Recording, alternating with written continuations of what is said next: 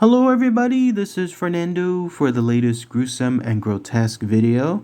As always, I just do these videos randomly when I come across something that I read either on my Google News app or something else that I read online. In this case though, I came across this topic through another YouTube channel. It was through a video that was suggested on my YouTube channel. I saw some of the information there and I felt that I would be able to share it here too within this playlist. The reason for it is this: there's still so much mystery, not just associated with the disappearance of these two young women, but also their ultimate deaths. There's one angle involving it being more of the accidental side, them being hopelessly lost and then afterwards causing their own doom. And then the other angle is more on the nefarious side, where there's other parties involved, either cartels or maybe some of the locals as well, ultimately kidnapping these young women and then causing their deaths outright. Still so much mystery to this day, and I'm going to present as much as I can associated with it. But you're looking at a picture of the two young women here. One was named Lisanne Froon and the other one was named Kris Kremers, and I'm going to talk about this. I'm going to talk about the disturbing deaths associated with both of them. So let's go ahead and let's talk about that here. I'll present again all the information that I can, and then I'd love to hear what your own thoughts and comments on it are, and I'll give my own as well as to what I think ultimately happened. So let's go ahead and let's share that here. For starters, this started back in 2014, so almost 10 years when it came to their disappearance. Specifically, their big trip began on March 15th, 2014. These were two young Dutch girls that were traveling over to Panama, and they were going to stay there for 6 months, both to be able to, I guess, live abroad for some time, but also host and volunteer at a local school. So they were going to try to immerse themselves in that culture, learn some other languages, volunteer some of their time as well, help some of the locals too. And the idea was they was going to do this for 6 weeks and then travel back to the Netherlands, which was their homeland, and then do everything else afterward there when it came to their school. And I believe I was reading some of the information that this trip was also as a reward because they were just graduating, and so they were going to have this as a nice thank you associated with it. They were also working weeks on end to save up for this big trip too. And so when it finally started again on March 15, 2014, they traveled over there to Panama, and they were there for a little while, at least about 2 weeks, enjoying the area surrounding that location. So they were there eating some of the food. They were doing a lot of things that tourists normally do. They even met some two Dutch boys that they visited, I think once and twice, to eat at some of the local areas and then also visit some of the beaches that were associated there in Panama. It cut to April 1st, and then that's when there was going to be the big disappearance associated with them. The ultimate thing, though, that's frustrating is this: on April 2nd, they were going to have another hike already planned with an expert tourist guide. This was going to be someone that was apparently going to take them on a big hike going someplace. It was going to be planned. It was going to be something where they were going to be at a certain point, at a certain time, at another certain point, at another time. More on that here in just a minute on my own thoughts on that. And then, of course, come back and then use that expert's knowledge of the local areas to make sure that everything is safe and sound. So it is not known why both Lisanne and Kris decided to go on their own hike before that, like 24 hours before that time period. It's frustrating because if but for the fact that they didn't do that, they may have been, like, everything would have been fine. And the information that I was reading about the hike that they would have gone on, this is more of like a place that a lot of tourists already go to as well, especially a lot of people that come from outside of Panama and specifically go to that location. This is an area that's very welcoming to those tourists, and so it's expected to see them there and have them go on that hike. In other words, so it's a place to do so and have more safety. So again, why Lisanne and Kris decided to go on their own hike at another location is also, again, pretty frustrating on that part. And during that time period, they also lived with a local family. This family hosted them for most of the time period, or what would have been most of the time period of their stay, to make sure that they were also being housed, obviously, but it was part of the plan too, as far as them volunteering and then doing some of the local work as well. So it was more of like a reward for them to do so and to have some safety with that host, with that local family too. This comes into play a little bit later on because this family was one of the ones that reported their disappearance soon thereafter. So again, on April 1st, they decided to go for a hike. This is where things get a little bit muddied up because they were the only ones that were there for that hike. So no one else has any witness or eyewitness testimony associated with it. But the local family reported that they saw them leave. And in some cases, there's some news that state that they left with the family's dog, and which was named Azul. And in other cases, it was stated that no, they did not. But either way, though, more on the family dog, if you go by the angle that they did leave with the dog when it comes to their disappearance. But the idea was that they would be gone on in about 5 or 6 hours. And so around that time period afterward, that's when that host family would expect them to do so. And so when they went there, what was interesting too about this case is a lot of the evidence comes directly from the two young women, from Lisanne and Kris, because they started posting a lot of things on their Facebook site. You would see pictures there associated with their travels where they went to certain locations. This was evident in a lot of the investigations afterward because a lot of people started to piecemeal this evidence to find out where did things go wrong and trying to see what answers could come from it. One of them really stands out with regards to a photo with one of the young women just standing there at a point where you see the trail as it normally would be, and then you see an area where it looks like you can go on that other part, but you don't, like you shouldn't. This would be more along the lines of a no-no, because that would lead to an area there that you could get lost. More on that here also in a minute, because I'm going to give my own thoughts and opinions on that too. But that's interesting because that photo showcases a vantage point that a lot of people seem to go back to as well when it comes to the young women's disappearance. So later that night, apparently that family dog returned. Again, if you go by the basis that they took the dog with them, but the two young women were not there. They were not there with the dog. The host family at that time didn't think much of it. Remember, they had been staying with, or those two young women had been staying with the family for a couple of weeks now. They probably realized that they would usually stay up later than usual or come back in the next morning, that kind of stuff. There was probably a cycle of them anticipating like when the two young women would come back. And so because of it, all they did at that time is they just asked one of the mothers, Lisanne's mother, about the trip, like if she had heard anything from the young woman, and Lisanne's mom said no. But again, the family didn't think much of it. They didn't want to worry too many things. They just thought to themselves, it'll just be something happening later on as far as their return. Ultimately, though, that never occurred because the next day, right at 8 a.m., remember I was mentioning earlier that they were going to have an expert tour guide that was going to take them on some hike. That tour guide noted that they never made it. They never made it back to their appointment. And so that tour guide also called Lisanne's mother, and she stated that no, she hasn't heard anything else either.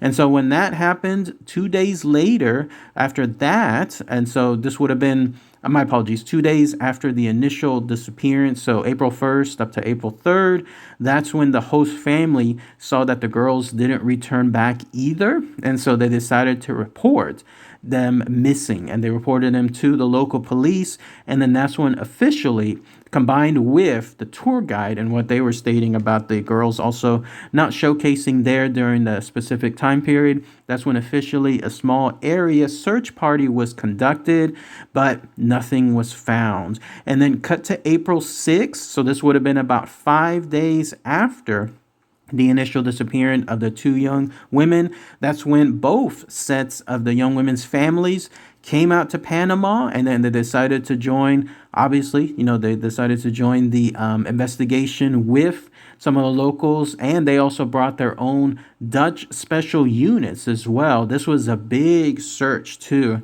It was about 10 days of full searches. I saw some of the footage online too associated with it. You'll see some of the images of it here too, and they were combing the entire location that they could. This would have been something probably equally frustrating for the family along with everyone else that was doing it, because as you can see from these images, it is just wall to wall forestry, like just pure in like wildlife and trees and shrubs and vines and everything that you would normally find in the forest, everything galore to this end of sight. So in other words, as far back as the scenery goes, that's what you'll see there. So imagine having to comb through as much as you can for that, and within the limited time that you have. And after those 10 days, they still came up empty-handed. And this was with regards to the fact that both sets of parents actually placed a reward, $30,000, for anyone that could find any information with regards to their disappearance, and nothing was ever found. And so it's so sad for those parents, because you would hope, as parents, that the next day some miracle would happen, right? Like something would pop up, there would be that answer, the quote unquote smoking gun, and then there's those girls just found safe and so on, maybe just coming back dehydrated or something else happened to them, that one of them got injured and so on, but they're alive and well. Unfortunately, that never happened for them. And they waited and waited and waited. And then finally, after 10 weeks of the initial disappearance on April 1st, that's when some news occurred. Lisanne's backpack was found, but get this, it was found 150 kilometers away. Here's where things start taking that mysterious turn. This is where, again, people start thinking that there's so much angles that you could go here. Either like why it's so far away, and is it tied to them just being hopelessly lost, or is it tied to somebody else trying to purposely hide it so far away? We don't know. Nobody has any answers associated to that to this day. But the backpack was found, and it was actually in almost immaculate condition, because inside there was $83, and then there was also Lisanne's passport. Both set of cell phones were there, along with a camera, some sunglasses, and the water bottle, but no indication, at least physically, of what happened with the two young women. But those phones were the only indicators giving some clues, not the actual answers, but at least some clues as to this mysteriousness. And here's what I mean on this case. So for the next several days, and I'm sure throughout who knows how long after that, that's when the police started combing through the cameras, and the phones, in other words, and then also any of the pictures taken from the camera. And then that's when they found a good amount of info that showcases and tracks what could have happened during the last few days of these two young women's lives. So one is this: the phone was, at least for Kris's phone, was continuously turned on and off. It was as an attempt to check for signals multitude of times, starting from April 1st, April 2nd, 3rd, 4th, 5th, and 6th. Unfortunately, though, that being so far remote out in that Panama location, there was no service. Nothing went through. Can you imagine how frustrating that would have been for any of those young women who were trying to hopelessly, put the phone up in the right area, right location? They probably climbed trees too to try to see if that could bring up any kind of signal, but nothing. There was one single call that did go through to 911, but just for 1 second. And then that was it. And then that's when the phone was disconnected because of the bad reception. How hopelessly, utterly horrible that situation must have been to see that the call went through and then that was it. It was gone. And so that showcased that until the one of the phones ended up dying. In fact, Lisanne's phone, when it was looked through, there was multiple attempts there as well, not only to check signals but to call 911. Unfortunately, that ended up dying out of loss of battery on April 5th. And then Kris's phone was the only one that was still having some kind of power. At that point, though, it was turned on and off continuously to preserve that type of power. But what had happened was it was between April 6th up to April 11th. So we're talking 5 more days beyond even that time period, a total of 10 days since their ultimate disappearance, where that phone was continuously turned on and off. At certain points, too, there was a wrong passcode that was entered. Unfortunately, this gives the idea that something must have happened to Kris during that time period. And the reason for it is this.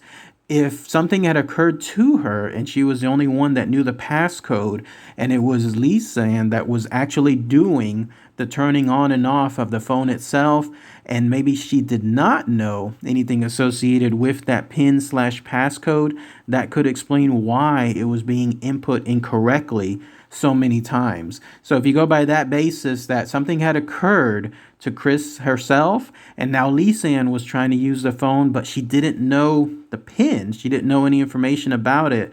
Can you imagine that situation as well? The other side is this, is that either Kris was at a point where she was severely dehydrated and just couldn't remember the pin, or if you go by the more nefarious angle, that's where someone else was trying to actually turn on the phone. But either way, though, they didn't know the pin.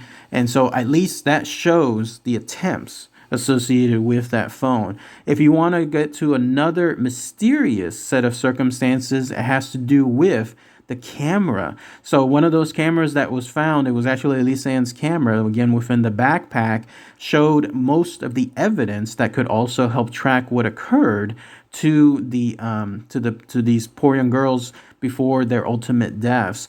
During the time period of their disappearance, and then between April 8th and then somewhere around there up until the 11th, during that time, there were over 90 photos taken that just seemed to be utter randomness. In fact, you're seeing some of those pictures here too.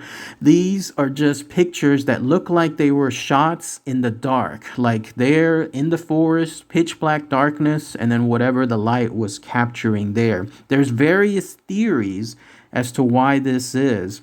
One is the fact that they were trying to illuminate their path. Think of it that way. Like if they had a flashlight, but that flashlight was now out of batteries, and on top of that, they didn't have any other batteries, then the only flash they had now, any kind of light, would have been with the camera. And so they were using it as a way to either illuminate the pathway before themselves, or another angle is they were using them to scare off any animals in the darkness. You got to remember, too, this is the forest. This is the wilderness. A lot of predator animals are out there in the nighttime. This is their time to be able to go hunting. These poor young women there are just basically by themselves. And so they're thinking that they're going to use the flash associated with the camera to be able to scare these predators away. That would have been horrifying in of its own, because obviously any of these animals, whatever they were, could easily see them in the dark, but the young women couldn't. And so this was their only resource. They couldn't even sleep, basically. And then another theory is that they were using it. This is the most tragic theory of all. They were using it to try to signal to someone else, hey, we're here. Like, in other words, they must have heard something. Helicopters or some other search team nearby. They must have heard them, and then were using that flash to try to signal to them. But alas, it never happened. That's the most tragic one of all, because you could just imagine if the search, let's say, was somewhere nearby, and they just didn't look in that direction, or the flash was just weak enough, or just because of the broadness associated with the wilderness, that the flash wouldn't have done anything in terms of people being able to see it from far away. That's just brutal stuff to read, because it's almost that situation of being so close but so far away. But those photographs indicate timestamps as well, and it shows that at certain points that these young girls were still alive, that they were still there, still going someplace. The fact that the backpack again was found 150 kilometers away, if that was truly how far they traveled, gives you an indication during that time period of what, 10, 11 days, what distance they covered, how something occurred to them, and then from point A to point B, they were now 150 kilometers away during that time period. One of those other photographs shows randomness as well associated with the back of Kris's head. You can just see her hair there as well. This indicates something in terms of other randomness because people speculate, like, why was this taken? I still think it's just tied to the fact that they're trying to, showcase the pathway or scare away predators or do that search team. I don't think there was anything planned really associated with that shot. But where things took another tragic turn was this. 2 months later, some of the indigenous people around that area in Panama discovered the bodies. They discovered a boot. They discovered some shorts, which were, in some cases I read they were folded. In other cases I read that they were just found as is, just trashed somewhere. And in that boot was a human foot. And in that foot it was tested, and sure enough, it ended up being the one of the feet of Lisanne's. And then on top of that, there were bones that were found nearby as well. These bones were tested too, and they were indicated from being both Lisanne's and Kris's. So they disappeared. Any hope as far as them being found later on, unfortunately, ended up being just purely tragic because their actual bones were found later on, and that ultimately sealed the deal as to what happened to them. They were both dead at that point, clearly, and then their decomposing and breaking bones were basically there at that spot. Now, people find more mysterious, though, circumstances associated with those bones. Kris's bones were found to have been bleached. We're talking like bleached, like to the point where it's almost like something was done purposefully because, like chemically, in other words, because Lisanne's bones did not have that same condition. Even though they were both found in the same area, one's was completely bleached and the other one was just natural as is, makes people wonder if something more nefarious happened, like if people were trying to get rid of the evidence associated with some of the bones, and then that led to them doing whatever they did with Kris's bones. And when that occurred, then that just leads more speculation that there was more on the evil side, like that they had met their fate running across something bad associated with a bad person. But nobody knows, unfortunately, because the indigenous people were asked, if they had any information. They did not. I'm sure a lot of people were questioned as well. Nobody had an answer to it, too. There was apparently some strange men that some people state that had been in an area that the two young women were as well. But nobody knows who they were or what happened to those men afterward. So it could be that they were tied some way, but at the same time, it could just be just pure randomness at that part too. But cut to today, and nobody has any more info. The only definitive answer is that they ended up disappearing on April 1st, and then 2 months later, and that's when the information, 2 months after those 10 weeks of finding the backpack, then that's when the bones were found, sealing everything as far as what happened to these young women. So very sad news when it comes to that, almost 10 years to the day when as far as the disappearance and ultimate deaths associated with both Kris and Lisanne. As far as what I think occurred on here, I was reading more information on some of the other sites. There's entire communities that are dedicated to this. I'm sure there's videos out there too that provide far more information, like probably hours long information as to point A, point B, point C, whereabouts, and so on. So please take a look at those, and I'm sure you'll find more information on that too. What I think happened, though, is I don't think anything bad happened in terms of a third party, like in this case, a bad person or cartel members or something like that. There's always that possibility too. But I think in this case, it was just simple answer is, and my gut instinct is that during their hike on April 1st, the hike that they did on their own, instead of doing the hike with that expert guide, I just think they became lost. And the reason I say that is because I've been on those type of expeditions myself on my ghost hunts. I can see at certain points where I could have been easily, hopelessly lost, but I always stick to the trail, so to speak. I always follow the right path and make sure that I don't deviate from it any way whatsoever.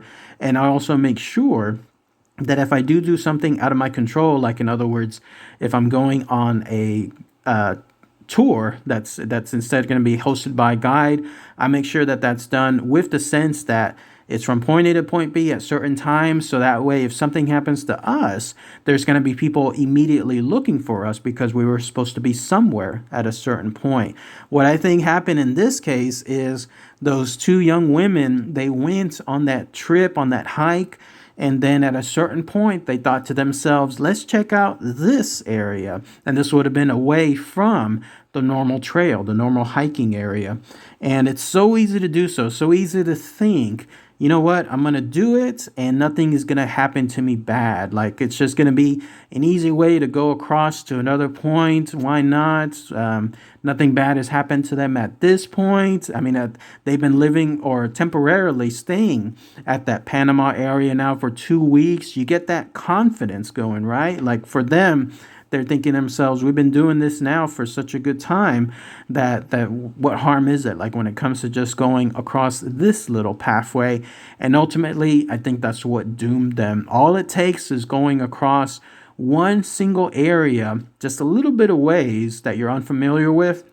And before you know it, everything looks the same. That's what I think happened to them. Before they knew it, they thought that the trail that was behind them, that was so easy to see, wasn't. I mean, it could have been something where they were just out 30 feet, something like that, 30 to 50 feet. They turned behind them and suddenly they couldn't see that trail. And it becomes that horrible circumstance where you start second guessing yourself, where you start thinking, okay, maybe if I just go back a couple of steps, but you're actually going the wrong way, which further gets you lost. Then you try to correct it again, and that gets you even further lost. And then all of a sudden, you're 150 kilometers away, like these poor young girls experienced during that time period. That's what I think happened to them. And that's gut-wrenching because if, as I mentioned earlier, if but for the fact they could have just stayed one extra day waiting for that expert tour guide to do the tour itself, then everything would have been fine. But no, I think they decided that they had a little bit more bravado to them. They wanted to do things on their own. And so they decided to cross over, and that did it for them. I've been in those situations again when it comes to being somewhere out there in the wilderness.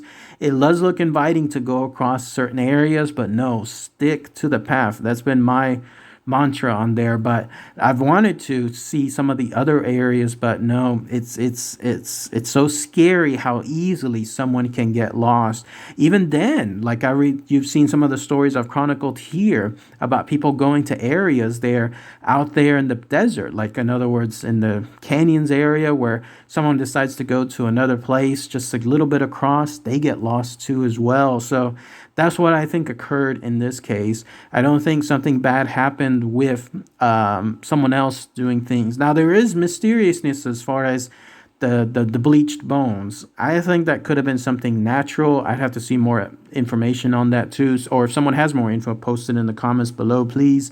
But yeah, that's what I think occurred. It was just an unfortunate circumstance of them going on that hike, but then going away for another location, and then that's just led to them, which is horrible, just horrible to think about, because it would have just been them getting deeper and deeper lost into the jungle, little by little, the hope being gone. And then I think what occurred too is that in the case of the phone being found and then the pin being input incorrectly, I think something did occur to Kris first, and Lisanne didn't know the pin, and so she tried to open the phone, but there was no chance at that point. So horrible stuff. But if anybody has any more info, anything else I might have missed, please Post those comments below. Ultimately, the investigators concluded that as well.